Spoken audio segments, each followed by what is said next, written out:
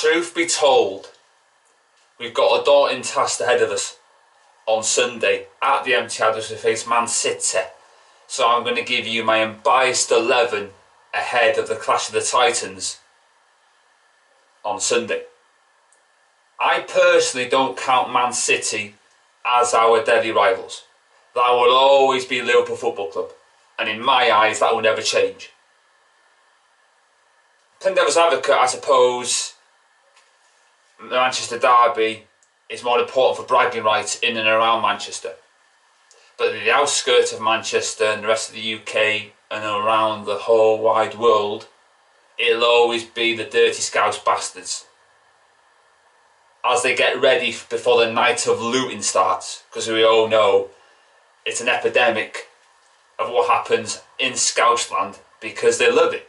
That's all they've known from the year dot. So without further ado, let's get on with it. The goalkeeper is going to be David De Gea. He made a superb save the other day against Chelsea. He hasn't been at his best, we all know that. Even the most deepest and hardened De Gea fan will tell you all you need to know about that. But he's still the best goalkeeper for me in the world, and he still has it all to do. But for me, he is what he is. Right back, it's going to be Kyle Walker. I've always rated this player ever since I saw him play for Spurs. He scored more goals for Man City in less games than Alan Wan-Bissaka did for us. And that tells you all you need to know. Kyle Walker has made mistakes, but he's still of high quality. He still makes Man City tick, and he's England's #1 right back. There was a star of right backs in that position, so Kyle Walker slots in there. The two defensive positions, it's got to be the Diaz and John Stones partnership for me. Ruben Diaz has been a breath of fresh air, not just for Man City, but for the Premier League as a whole. He cost less than Pascal Sigon with hair.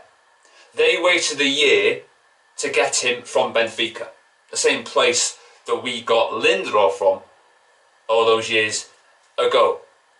He's a fantastic player. He's the heart and soul of that defence. They've already conceded 17 goals this season, a carbon copy of the goals that Chelsea conceded in Mourinho's first spell at that club. And he's a fantastic player, best centre-back in the Premier League, and if not the world, bar none.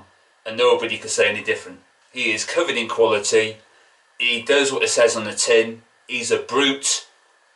He doesn't suffer fools gladly, and he'll always be there when you need to plug a gap or when you need a high-flying tackle to pursue a counter-attack or to stop the opposition from scoring. Alongside him's got to be John Stones, probably the most improved player at Man City, if not be it the whole Premier League.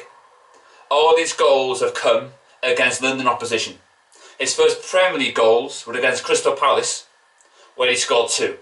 As the saying goes, it's like buses. Once one comes, 2 then appear at once. And there was murmurs that he was going to go to Leeds United.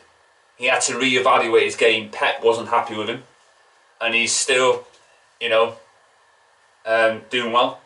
Laporte can't even get into the team, for crying out loud. That shows how important and how much of an improvement John Stones has been. And he said it himself, they had to buck his ideas up, and that's what he's done.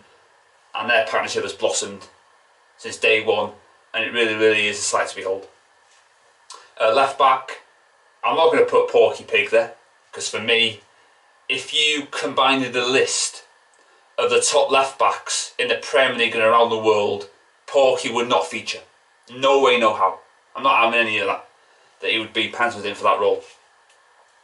So it's got to be Cancelo. He's been fantastic. It took him a year to bed into the club, but now they're reaping the rewards of that. He can play as a left back and also in the midfield as well to tuck into that space. So he's proven quality now. Midfield 3, I'm going to put McTominay there. He's having a storming season. He makes us tick. He scored more goals than Martial in the league. He's got more goals than Paul Pogba. If he gets 10 goals from now to the end of the season, that is a huge achievement. He's had a lot of hate with top Reds who thought he wasn't good enough, and I've always backed him from day one, as you all know. And for me, he's in this combined 11. The midfield two, got to be Gundogan. Probably his best ever season for Man City. I remember years ago on Sky Sports News had a breaking news banner, Man United in for Gundogan, and then it fell through for whatever reason. Only Gundogan will know about that. He was Van Gaal's first choice alongside Strootman, but they couldn't get him because of his injury problems. He didn't want Schneiderlin. He got his 5th, 6th, 7th choices, and that counted against him. So it's got to be De Bruyne. He's next in line. He is better than Bruno Fernandes. You can't tell me any different. He's once again going to lift the Premier League trophy aloft, and he might win the European Cup as well, by the way, to add into the bargain. Bruno Fernandes has never got past the group stages of the Champions League. De Bruyne has had injury problems this season, but I would have him in my team. Bruno wouldn't get in the Man City team. Pep Guardiola wouldn't even know to fit him in. He's not going to devalue De Bruyne, Gundogan, Rodri, Fernandinho. You know, I think he's a piece of shit, Bruno Fernandes. Bruno Fernandes can't do what De Bruyne does. De Bruyne scored against Real Madrid when crowds were allowed to be in the stadiums. Bruno could never. All his goals have been via no spectators at all. That tells you all you need to know. De Bruyne is covered in quality, and he'll always be better than Bruno Fernandes, and there's nothing you could do about it. So sit back, relax, and enjoy. Up front, it's going to be Rashford. On one flank, it's going to be Phil Foden. He is better than Greenwood. Nobody can say any different. I watched Phil Foden a lot. He's come to the Man City team. He come on automatically in the second half against West Ham, and he scored. He's got more goals than Greenwood, and Phil Foden will outlast Greenwood. There's no doubt about that. People having to go at Pep Guardiola, why are you not playing him? There was murmurs he was going to go on loan. Why? You work with the best manager in the world, for crying out loud. You know, that says a lot, doesn't it? And obviously, he has come back and he's took the criticism he had when he broke social distancing rules and got out of the England bubble, when him and Greenwood met prossies, prostitutes, brasses, call them whatever you see fit. And it took him less time to apologise about what happened there than it took Greenwood. And took 10 games without a goal for Greenwood. And since the Liverpool goal, you think he's going to kick on from there. But he's gone backwards. And that is a salt to the wound for him. But it's also Ole Gunnar Solskjaer's fault. I don't know why Greenwood's in the team. I just don't get it. I don't get why people are saying he's the world's best. He's not. Phil Foden is a man and Greenwood is just a boy. On the other side, it's going to be Raheem Sterling. So that completes the combined 11. A recap for you. De Gea in goal.